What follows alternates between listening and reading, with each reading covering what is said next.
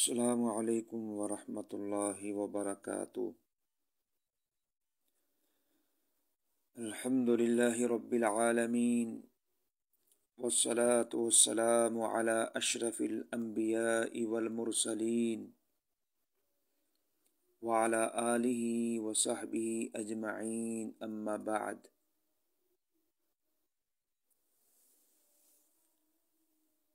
معزز محترم سامعین کرام،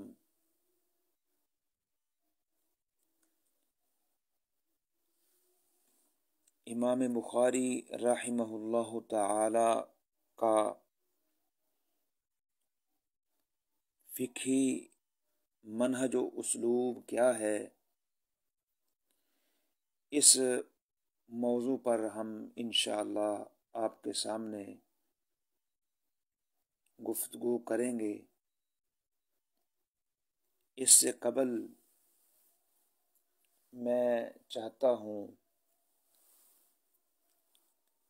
کہ امام بخاری رحمہ اللہ تعالی کا فقہی مقام و مرتبہ بھی بیان کر دیا جائے۔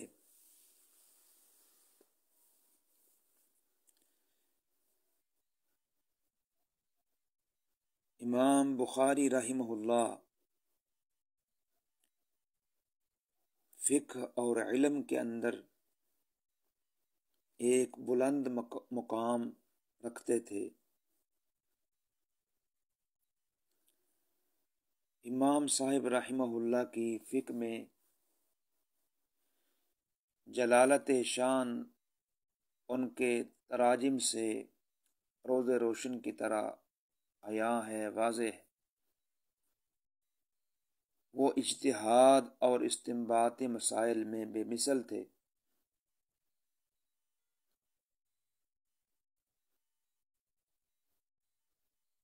ویسے تو امام صاحب کی فقاہت کا دار و مدار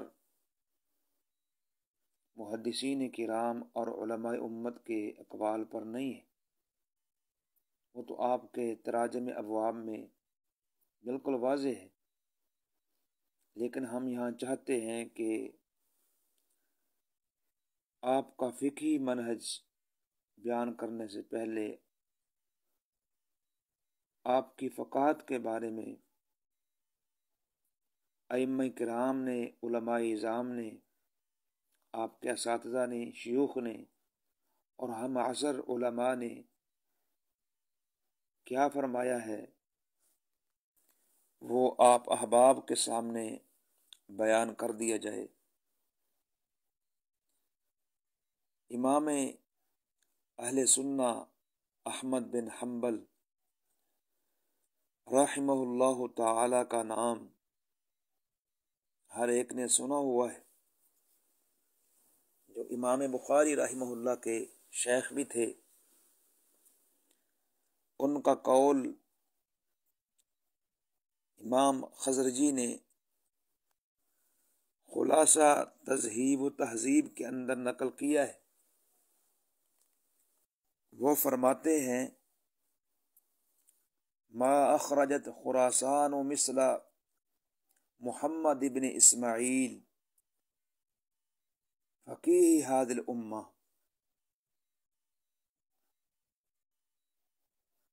کہ خراسان نے امام محمد بن اسماعیل جیسا اس امت کا فقیہ پیدا نہیں کیا ہے۔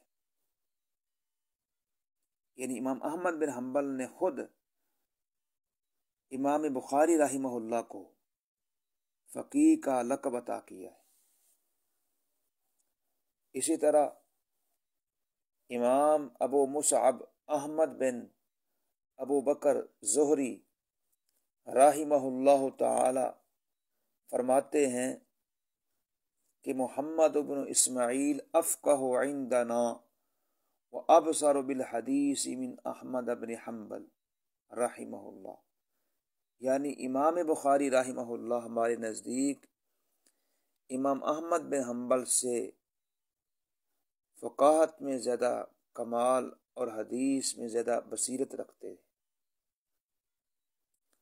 اہل مجلس میں سے ایک شخص نے اعتراض کیا کہ آپ نے یہ بات کہہ کر حد سے تجاوز کیا ہے.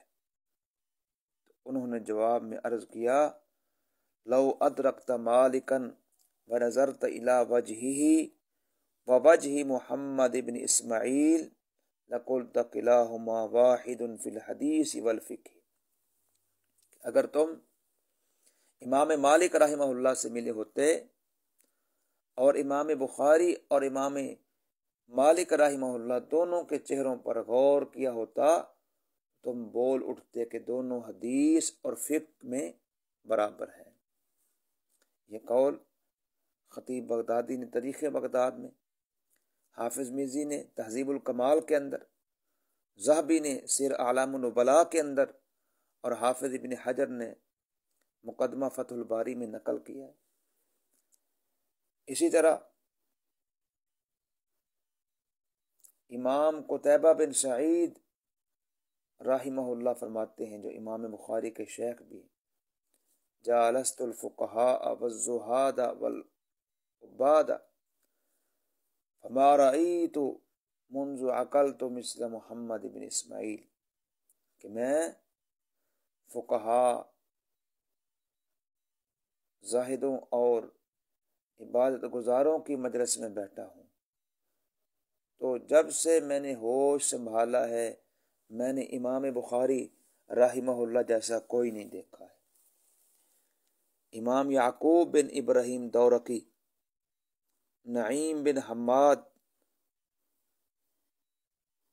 یہ دونوں امام بخاری رحمہ اللہ کے بارے میں فرماتے ہیں کہ محمد بن اسماعیل فقیہ ہذہ الامہ، امام بخاری محمد بن اسماعیل اس امت کے فقیہ ہیں.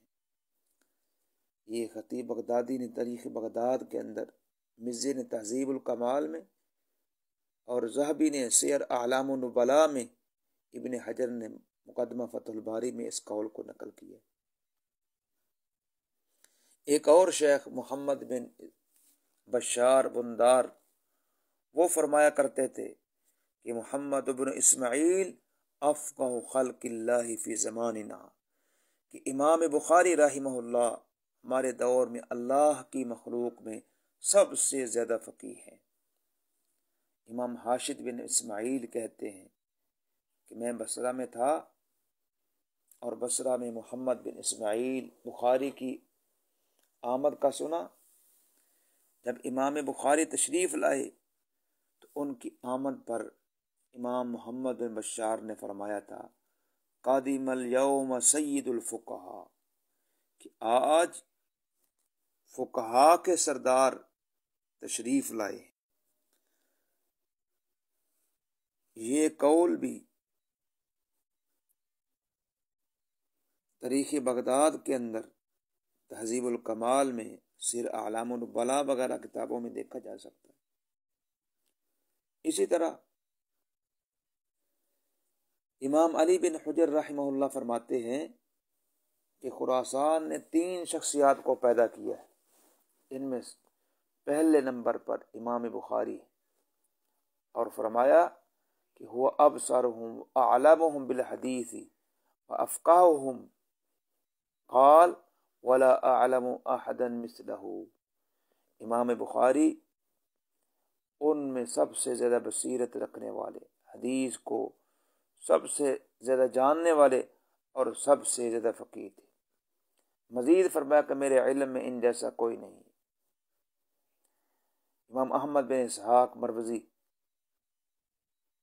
وہ فرماتے ہیں کہ جو شخص چاہے سچے اور واقعی فقیہ کو دیکھے وہ محمد بن اسماعیل کو دیکھ سکتا ہے.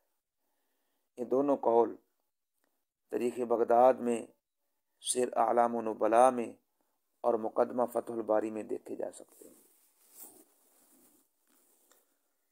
عبداللہ بن محمد کا بیان ہے کہ احمد بن حرب نیشا پوری جب فوت ہوئے، ہم لوگ ان کے جنازے میں جا رہے تھے.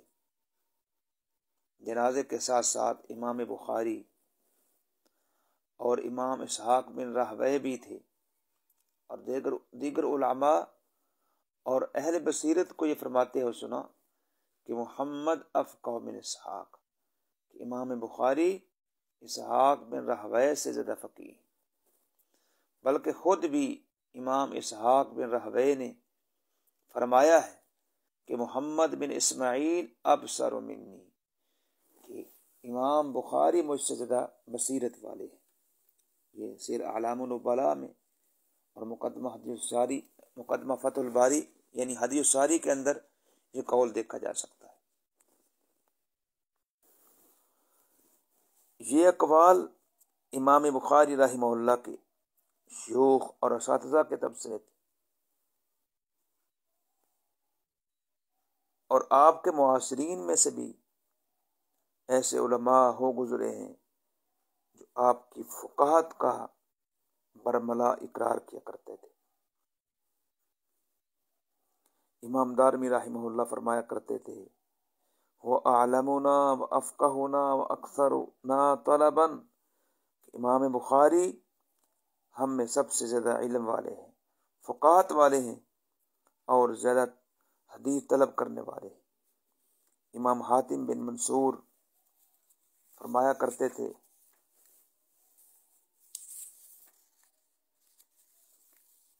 امام بخاری بوجہ علمی بصیرت اور عبور کے اللہ کی ایک نشانی ہے۔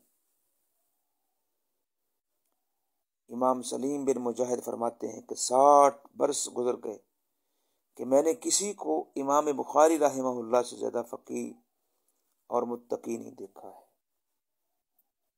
یہ اقوال سیر اعلام النبلاء میں اور مقدمہ فتح الباری میں دیکھے جا سکتے ہیں۔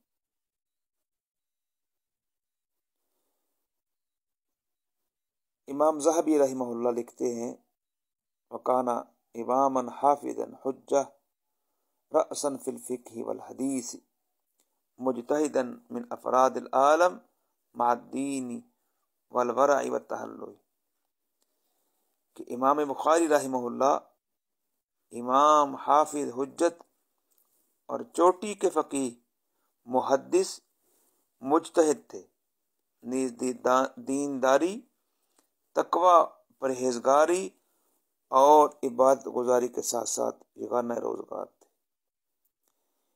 یعنی متقدمین میں سے لے کر متأخرین تک بہت سارے علماء کرام نے، محدثین اعظام نے امام بخاری کی جو فقاہت ہے، علمی مقام و مرتبہ ہے، وہ بیان کر دی ہے۔ اگر ان تمام اقوال کو بیان کیا جائے تو بہت سارا وقت درکار ہے۔ ہمارے بر صغیر کے علماء میں علامہ انور شاہ کشمیری رحمہ اللہ کا نام آپ لوگوں نے سنا ہوگا۔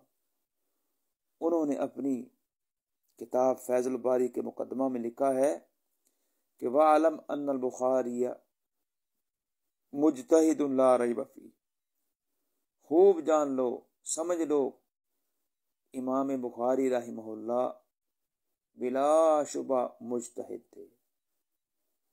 اور اسی طرح مولانا رشید احمد گنگوئی نے اپنی کتاب لامع الدراری کے اندر یہ لکھا ہے کہ الامام البخاری عندی مجتہد برأسہ وہذا ایضا ظاہر من ملاحظت تراجمہ بدقت النظر، کہ امام بخاری رحمہ اللہ میرے نزدیک مستقل مجتہد ہے، اور آپ کا فقیہ اور مجتہد ہونا یہ دقت نظری کے ساتھ آپ کے تراجم کے ملاحظہ کرنے سے ظاہر ہے۔ تو امام بخاری رحمہ اللہ کی دقت نظری، قوت اجتہاد، حافظے کی عمدگی اور استنباط کا ملکہ بے مثال تھا۔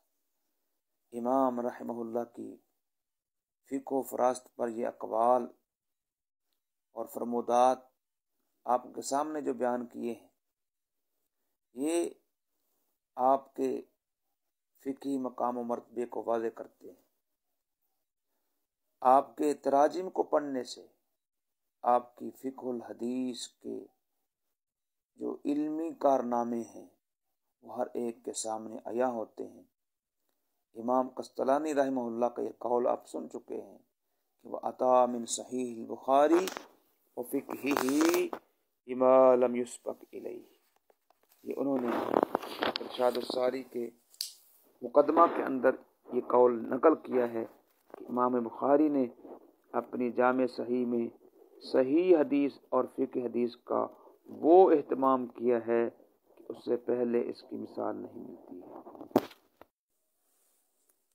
امام المحدثین و سید الفقہاء امام بخاری رحمہ اللہ نے اپنی کتاب الجامع الصحیح کو فقہی ابواب پر مرتب کیا اور حدیث رسول کی روشنی میں آپ نے بیسیوں مسائل کا، سینکڑوں مسائل کا حل پیش کیا ہے جن کا تعلق تمام شعبہ زندگی سے تھا، اور آج تک ان مسائل کا حل صحیح بخاری کے اندر موجود ہے۔ اگر کوئی بندہ دقت نظری کے ساتھ صحیح بخاری کا مطالعہ کرتا ہے تو اس کے اکثر جو پیش آمدہ مسائل ہیں وہ حل ہو جاتے ہیں۔ امام بخاری رحمہ اللہ کی علمی زندگی کا یہ بہت بڑا کارنامہ ہے جو فقہ الحدیث کے نام سے ہمارے سامنے ہے۔ امام صاحب رحمہ اللہ نے تمدن اور مسالے کی رعایت کے ساتھ قرآنی نصوص اور حدیثی نصوص سے مسائل استنباط کرنے میں کمال کوشش کی ہے، اور وہ اس موضوع میں کامیاب ٹھہرے ہیں۔ امام رحمہ اللہ کے دور میں سلطنت کا دائرہ نہایت وسیع ہو گیا تھا۔ قوموں کے باہمی میل جول سے ہزاروں صورتیں معاملات کی نائی پیدا ہو گئی تھی۔ اس کے سوا حدیث صحیحہ کے جمع اور منتخب نہ ہونے سے بہت سے مسائل پہلے مجتہدین کے ایسے مروج ہو چکے تھے جو صحیح نہ تھے۔ امام رحمہ اللہ نے بہت بڑا کام پہلے یہ کیا کہ صحیح حدیث کو منتخب کیا اور عملی طور سے یہ کام دکھا دیا کہ انہی سے تمام مسائل اور احکام کا استنباط کیا جا سکتا ہے۔ امام رحمہ اللہ نے ایک حدیث سے متعدد مسائل متعدد ابواب میں مستنبط کر کے استنباط کے اصول اور طریقے بھی واضح فرمائے۔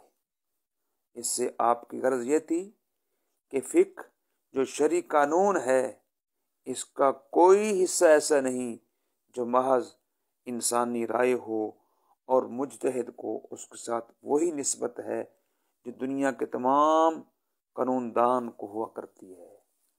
تو بہرحال آپ سامعین کرام، امام بخاری کا یہ فقہی مقام و مرتبہ جو سنا ہے، اگر آپ چاہتے ہیں کہ امام بخاری رحمہ اللہ کا یہ فقہی مقام دیکھیں تو امام رحمہ اللہ کے تراجم کو دیکھ سکتے ہیں۔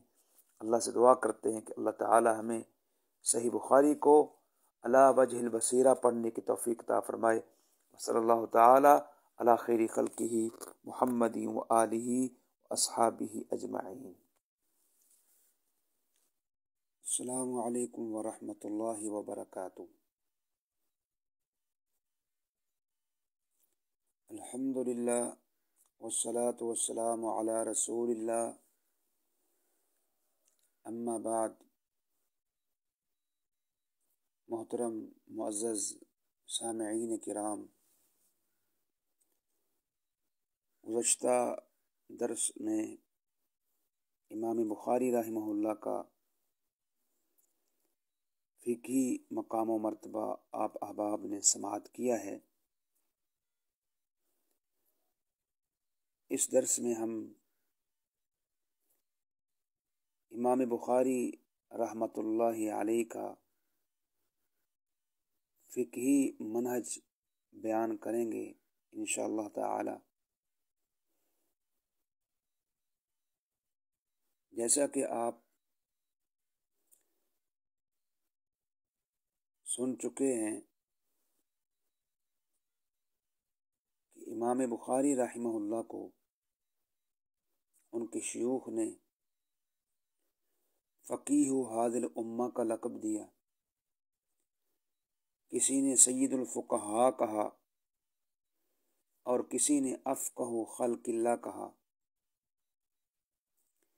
یہ آپ کا بہت بڑا اعزاز تھا جو آپ کے اساتذہ نے، آپ کے معاشرین نے آپ کو عطا کیا۔ امام رحمہ اللہ اپنے دور کے نہ صرف عظیم محدث تھے بلکہ بلا مبالغہ مستقل مجتہد اور فقیہ تھے۔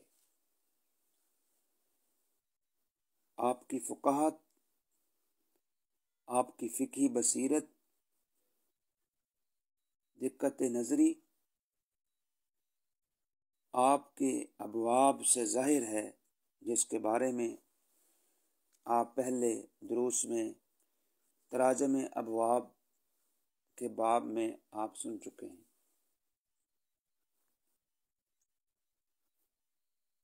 امام بخاری رحمہ اللہ کا فقہی منہج کیا ہے؟ آپ کا فقہی اسلوب کیا ہے؟ اس موضوع پر ہم چند گزارشات آپ کے سامنے بیان کریں گے۔ امام رحمہ اللہ کے تراجم سے آپ کی فقہی بصیرت واضح ہے، فقہی منہج واضح ہے۔ اس موضوع پر مولانا عبدالسلام مبارک پوری رحمہ اللہ کی کتاب سیرت البخاری کا نامہ باب فقہ البخاری کے عنوان سے انہوں نے قائم کیا ہے، جس میں انہوں نے امام بخاری رحمہ اللہ کا فقہی مقام و مرتبہ اور اسی طرح ان کا فقہی منہج واضح کیا ہے۔ ہم اختصار کے ساتھ آپ کے سامنے اس کتاب کے جو اہم نکات ہیں، اہم پوائنٹ ہیں، آپ کے سامنے رکھیں گے۔ امام بخاری کا ایک منہج یہ ہے کہ وہ دقیق مسائل کا استنباط کرتے ہیں۔ امام بخاری رحمہ اللہ انہی نصوص سے جو عادتاً ذہنوں میں موجود اور حاضر رہتے ہیں، وہ دقیق مسائل نہایت آسان طریقے سے مستنبط کر لیتے ہیں۔ یہ امام بخاری رحمہ اللہ کی جودت فقاہت کی بہت بڑی دلیل ہے۔ اسی طرح استنباط مسائل فقہیہ میں امام بخاری کا اصول کیا ہے؟ فقہی مسائل کو مستنبط کرنے میں، اخذ کرنے میں امام بخاری رحمہ اللہ کا منہج یہ ہے کہ پہلے وہ قرآن کی آیت مبارکہ سے روشنی ڈالتے ہیں، اس کے بعد مرفوع حدیث یا حضرات صحابہ کے آثار یا تابعین کے آثار نقل کرتے ہیں۔ اسی طرح آپ کے منہج میں یہ بھی شامل ہے کہ وہ ضمنی تراجم ابواب بھی قائم کرتے ہیں۔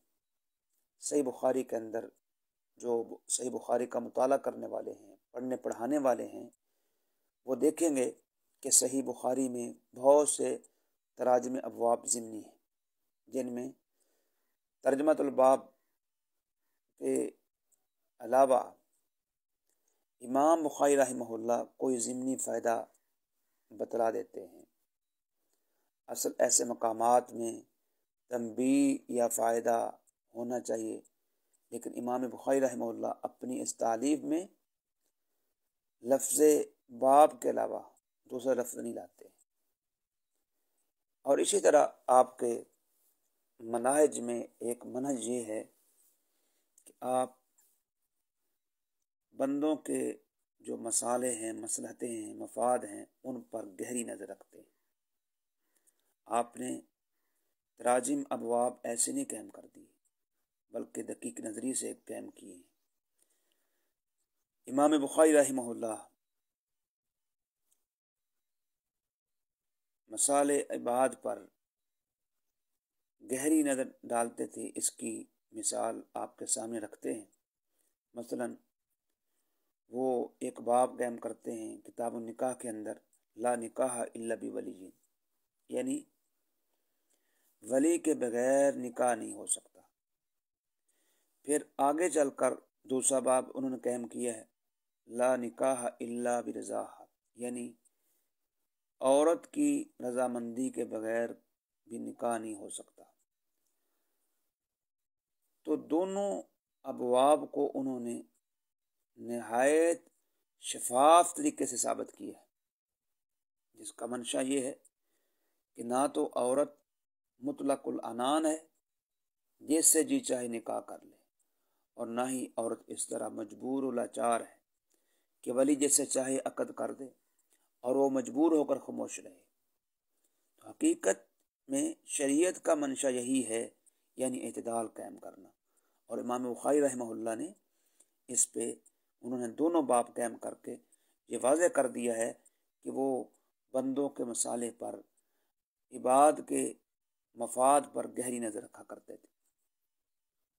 اسی طرح امام بخاری رحمہ اللہ کے منہج میں ایک منہج یہ ہے کہ استنباط مسائل میں صحیح بخاری کی حدیث سے مسئلوں کو اخذ کرنے میں وہ عبارت النص کے علاوہ دیگر جو دلالت کے طریقے ہیں ان سے بھی وہ معاملت لیتے ہیں.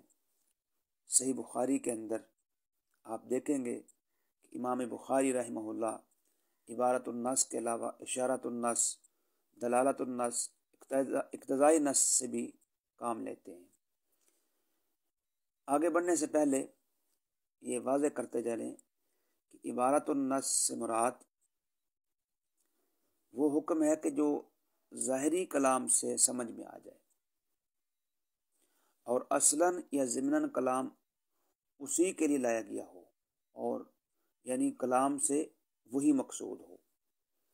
اور اشارت النص سے مراد وہ حکم ہے جو ظاہری کلام سے سمجھ میں نہ آئے اور کلام اس کے لیے لایا بھی نہ گیا ہو اور وہ مقصود نہ ہو، لیکن کلام میں اشارہ اس کی طرف موجود ہو جو توجہ کرنے سے سمجھ میں آ جائے.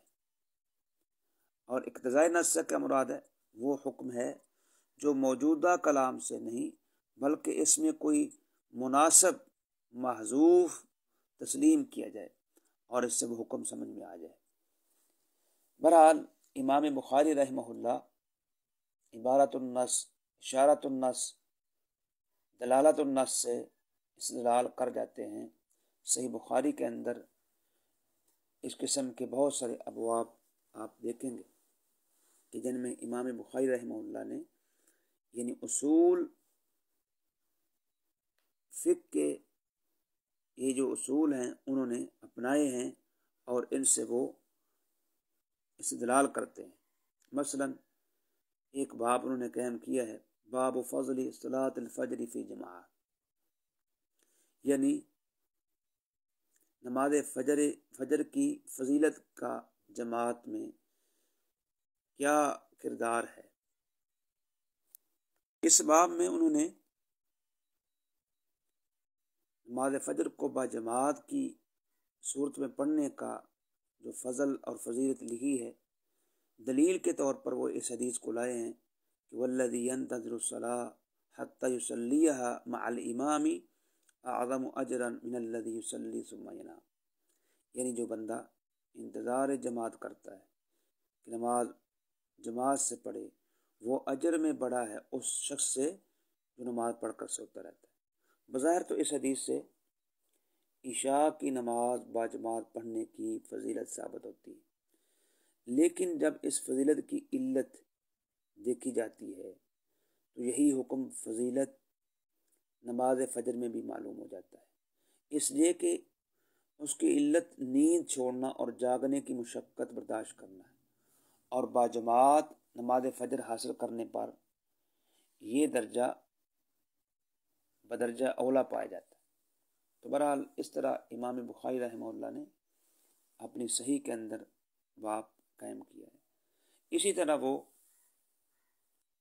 حدیث کثیرہ سے فقہی مسئلہ کا بھی اس بات کرتے ہیں، کبھی وہ کئی حدیثوں کو ملا کر ایک مسئلہ ثابت کرتے ہیں، گویا وہ مسئلہ کئی مقدمات کا نتیجہ ہوتا ہے۔ جیسے ایک باب قائم کیا انہوں نے، باب حل علی من لم یشہد الجمعہ غسل من النساء والصبیان وغیرہم، یعنی کیا جو لوگ جمعے میں حاضر نہ ہوں، جیسے بچے ہیں، خواتین ہیں، نبینے ہیں، ان پر جمعہ کا غسل واجب ہے یا نہیں۔ اس باب کے تحت انہوں نے 4 مختلف روایات ذکر کی ہیں جن سے ثابت کیا ہے کہ عورتوں پر غسل جمعہ واجب نہیں۔ اس طرح یعنی کئی حدیث کو ملا کر بھی انہوں نے مسئلہ کو ثابت کیا ہے۔ اسی طرح امام رحمہ اللہ کبھی مسئلہ کا استنباط عموم اضافت سے بھی کرتے ہیں۔ مثلا ایک انہوں نے باب قائم کیا ہے، باب اذا فاتہ العید یصلی رکعتین وکذلک النساء ومن کان فی البیوت والقرى، یعنی جس سے نماز عید فوت ہو جائے وہ 2 رکعتیں پڑھ لے، اسی طرح خواتین بھی، اور جو لوگ معذور ہیں گھر میں ہوں یا گاؤں میں ہوں۔ اور دلیل میں یہ ٹکڑا حدیث کا لائے ہیں، ھذا عیدنا اہل الاسلام، اور دوسرا ٹکڑا یہ لائے ہیں فإنها ایام عید، فإنها ایام عید۔ آپ صلی اللہ علیہ وسلم نے عامتاً تمام اہل اسلام کی طرف عید کی نسبت کی ہے، خواہ مرد ہوں یا خواتین۔ اس عید کا شعار جو نماز ہے ہر ایک کے لیے، جس سے چھوٹ جائے پڑھ لے۔ اسی طرح امام بخاری رحمہ اللہ کبھی عموم الفاظ سے مسئلہ ثابت کرتے ہیں۔ مثلا امام بخاری نے ایک باب قائم کیا ہے، باب بیع المدبر، یعنی مدبر غلام کی بیع جائز ہے، اور استدلال میں یہ حدیث لائے ہیں جناب زید بن خالد اور ابو ہریرہ کی، وہ بیان کرتے ہیں کہ رسول کریم علیہ السلام سے اس لونڈی کے بارے میں سوال کیا گیا جو بدکاری کرتی ہے اور شادی شدہ نہیں ہے۔ رسول کریم علیہ السلام نے فرمایا اسے درے لگاؤ، کوڑے لگاؤ، اور دوبارہ بدکاری کرے تو دوبارہ اسے کوڑے لگاؤ، پھر اسے بیچ ڈالو۔ تیسری بار بیچنے کو فرمائے، چوتھی بار۔ اس میں لونڈی، بدکارہ، مدبر اور غیر مدبر سب شامل ہیں۔ اگر مدبرہ لونڈی بدکاری کرے تو اس کے لیے بھی یہی کوڑوں کی سزا ہے، اور آخر میں بیچنے کا حکم ہے۔ اس طرح عموم الفاظ سے انہوں نے اس مسئلہ کو اخذ کیا ہے۔ اسی طرح امام بخاری رحمہ اللہ کا منہج یہ بھی ہے کہ وہ کبھی فقہی مسئلہ کے ثبوت میں کسی مختصر حدیث کو لا کر اشارہ کرتے ہیں کہ یہ حدیث انہی صحابی سے مطول اور مفصل آئی ہے، اور اس میں یہ مسئلہ صراحتاً مذکور ہے، لیکن چونکہ ان کی شرط پر نہیں ہے، اس لیے خود اپنی صحیح میں اس مفصل روایت کو نہیں لائے، اور مختصر حدیث سے مسئلہ کی صحت کی طرف انہوں نے اشارہ کر دیا ہے۔ مثلا ایک باب قائم کیا ہے، باب طول القیام فی صلاۃ اللیل، اور دلیل میں حضرت حذیفہ رضی اللہ تعالیٰ عنہ کی حدیث کا ایک مختصر حصہ نقل کیا ہے کہ اللہ کے نبی علیہ الصلاۃ والسلام کان اذا قام للتہجد من اللیل یشوس فاہ بالسواک، یعنی نبی کریم صلی اللہ علیہ وسلم جب رات کی نماز کے لیے کھڑے ہوتے تو مسواک سے اپنا مبارک کو اچھی طرح ملتے تھے۔ بظاہر اس مختصر حدیث میں طول قیام کا ذکر نہیں، لیکن یہی حدیث انہی صحابی یعنی حذیفہ رضی اللہ تعالیٰ عنہ سے مفسر مروی ہے جس میں طول قیام کا ذکر موجود ہے۔ اسی طرح امام بخاری رحمہ اللہ کا فقہی منہج یہ بھی ہے، کبھی ترجمۃ الباب بہت زوردار الفاظ میں قائم کرتے ہیں۔ یہ وہاں ہے کہ جہاں کوئی امر بہت زور سے مروج ہوتا ہے اور اس کے جواز پر دلیل شرعی قائم نہیں ہوتی بلکہ اس کے خلاف میں دلیل ہوتی ہے۔ مثلا امام رحمہ اللہ نے کتاب الاحکام کے اندر ایک باب قائم کیا ہے، باب من قضى له بحق اخیہ فلا یاخذہ، یہ اس کو فإن قضى الحاکم لا يحل حراما ولا يحرم حلالا۔ اس مسئلہ کا خلاصہ یہ ہے کہ اگر غلطی اور ناواقفی یا جھوٹے گواہ گزارنے یا زور تقریر کے ذریعے دھوکہ دینے سے حاکم نے ناحق فیصلہ دے دیا ہو تو وہ دیانتاً اور عند اللہ صحیح نہ ہوگا، اور نہ جس کے لیے فیصلہ دیا گیا اس کو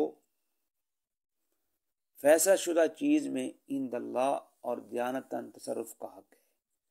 اس مسئلہ کو امام بخاری رحمہ اللہ نے اس حدیث سے ثابت کیا ہے جس میں رسول کریم علیہ الصلاۃ والسلام نے فرمایا ہے، انما انا بشر وانما یاتینی الخصم فلعل بعضکم ان یکون ابلغ من بعض احسب انہ صادق اقضی له بذلك فمن قضیت له بحق مسلم فانما هي قطعۃ من النار فلیأخذها او لیترکها۔ تو یہ استدلال جیسا شفاف ہے، یہ زوردار اور بہت ہی ظاہر ہے، اس طرح امام بخاری رحمہ اللہ نے اس باب کو قائم کر کے حدیث سے زوردار مسئلہ اخذ کیا۔ اسی طرح امام بخاری رحمہ اللہ صحیح بخاری کے اندر جو اجتہاد کے اصول ہیں، استنباط کے اصول ہیں، اس کو بھی نقل کر دیتے ہیں۔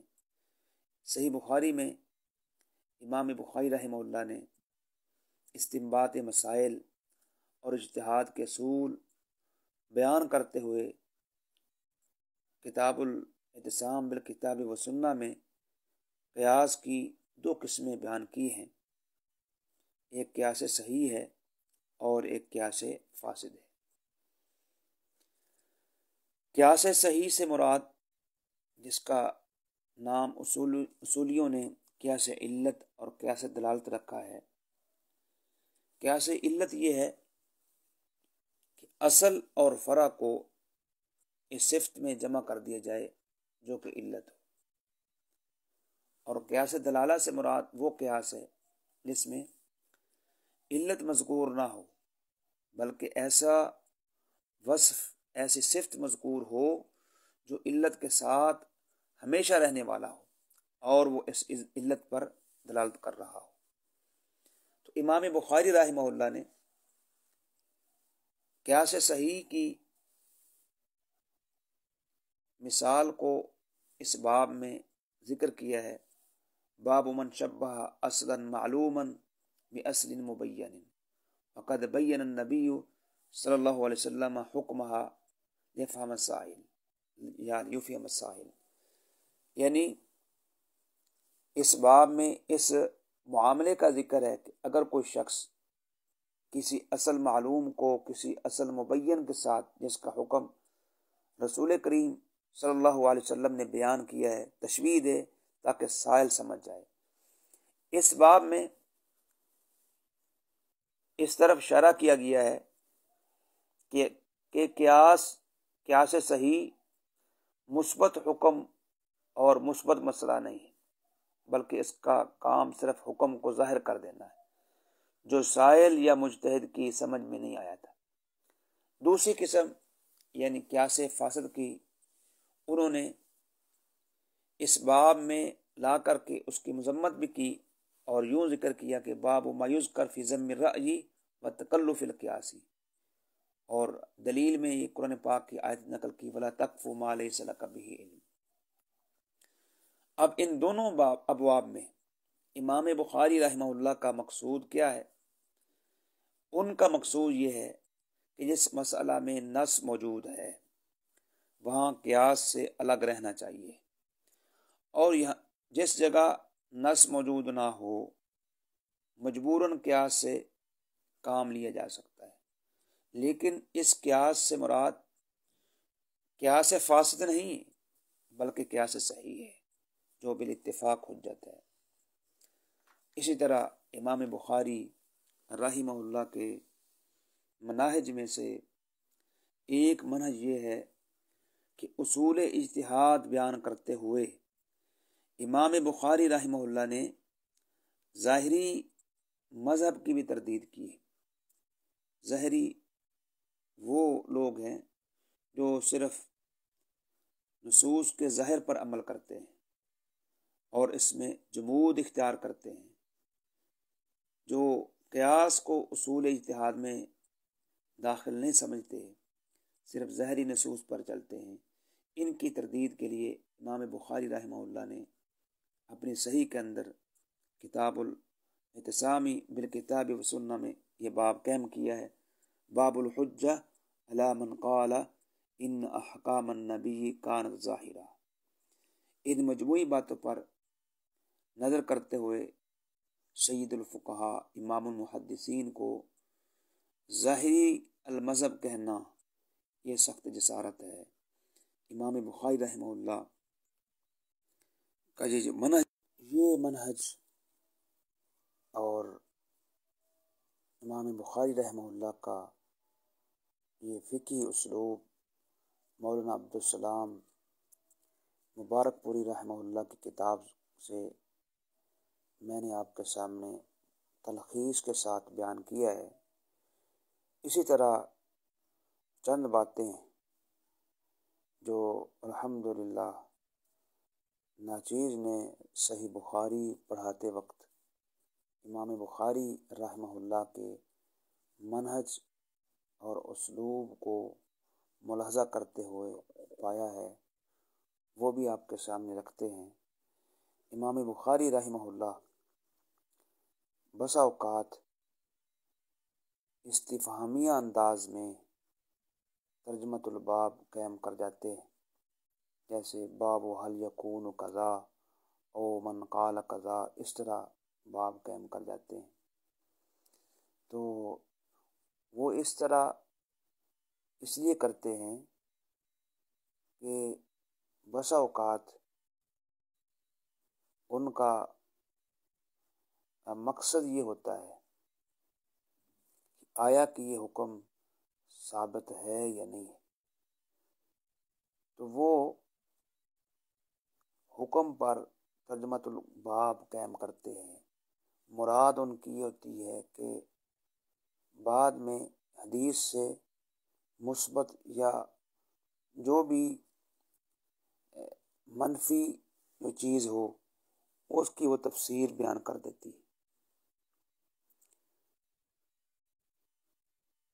اور اسی طرح بسا اوقات امام بخاری رحمہ اللہ ایسے انداز سے ترجمۃ الباب قائم کرتے ہیں کہ جو ظاہری طور پر سمجھ میں نہیں آتا ہے کہ اس کا فائدہ کیا ہے، لیکن جب بندہ غور و فکر کرنے والا اس میں گہرائی سے دیکھتا ہے تو اس میں بڑا نقطہ پاتا ہے کہ امام بخاری نے یہ بیان کیا۔ مثلا صحیح بخاری کے اندر کتاب الاذان میں انہوں نے ایک باب قائم کیا، باب قول الرجل ما صلینا، کہ آدمی کا یہ کہنا کہ ہم نے نماز نہیں پڑھی۔ تو یہ جو باب ہے اس کا کیا مطلب ہے؟ ظاہری طور پر تو اس کا کوئی فائدہ نظر نہیں آ رہا، تو اصل میں وہ اشارہ کر رہے ہیں اس بات کی طرف کہ جو اس کو ناپسند کرتے ہیں ان کا رد مقصود ہے۔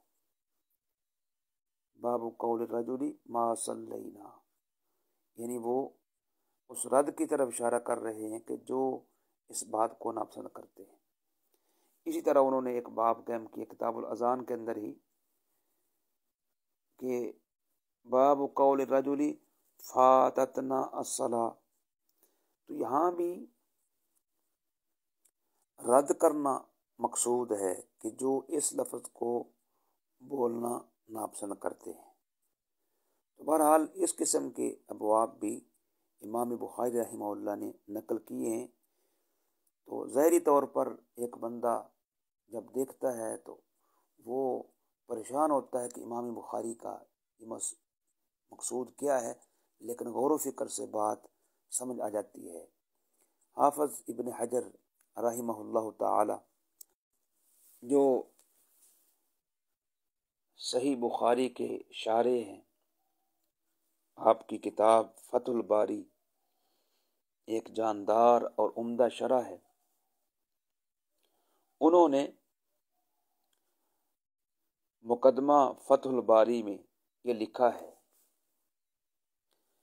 کہ وَلِلْغَفْلَةِ عَنْ هَذِهِ الْمَقَاصِدِ الدَّقِيقَةِ اعتقد من لم يمعن النظر أنه ترك الكتاب بلا تجویز،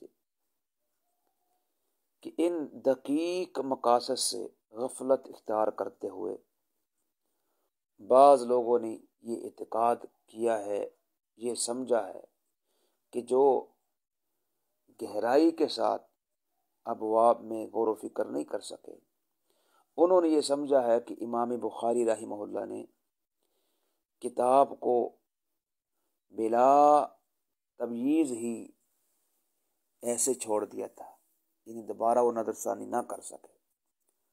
حافظ فرماتے ہیں رحمہ اللہ ومن تأمل ظفر ومن جد وجدہ، لیکن جو ان ابواب میں غور و فکر کرتا ہے وہ کامیاب ٹھہرتا ہے، جو کوشش کرتا ہے وہ پا لیتا ہے۔ امام بخاری رحمہ اللہ نے اپنی صحیح کے اندر جو تراجم قائم کیے ہیں ان میں غور و فکر کرنے سے ہی بات واضح ہوتی ہے۔ وہ فرماتے ہیں کہ علامہ ناصر الدین احمد بن منیر خطیب الاسکندریہ نے اپنی کتاب المتواری علی تراجم ابواب البخاری کے اندر 400 ابواب پر ترجمہ قائم کیا ہے اور 400 ابواب کی شرح لکھی ہے اور اس پر بہترین کلام کی ہے، اور اس کی تلخیص قاضی بدر الدین بن جماعہ نے لکھی ہے اور اس پہ مزید اضافہ بھی کیا ہے۔ تو بہرحال امام بخاری رحمہ اللہ کا جو فقہی منہج ہے یہ صحیح بخاری کے تراجم ابواب پڑھنے سے بالکل واضح ہو جاتا ہے۔ یہ چند گزارشات آپ احباب کے سامنے رکھی ہیں۔ آپ مزید صحیح بخاری جب پڑھیں گے تو اس کا ترجمۃ الباب آپ گہرائی سے پڑھیں، اس میں امام بخاری رحمہ اللہ کا جو اسلوب ہے، آپ کا منہج ہے، وہ واضح ہو جاتا ہے۔ اللہ سے دعا کرتے ہیں اللہ سبحانہ و تعالی ہمیں صحیح البخاری کو کما حقہ پڑھنے کی توفیق عطا فرمائے۔ صلی اللہ تعالی علی خیر خلقہ محمد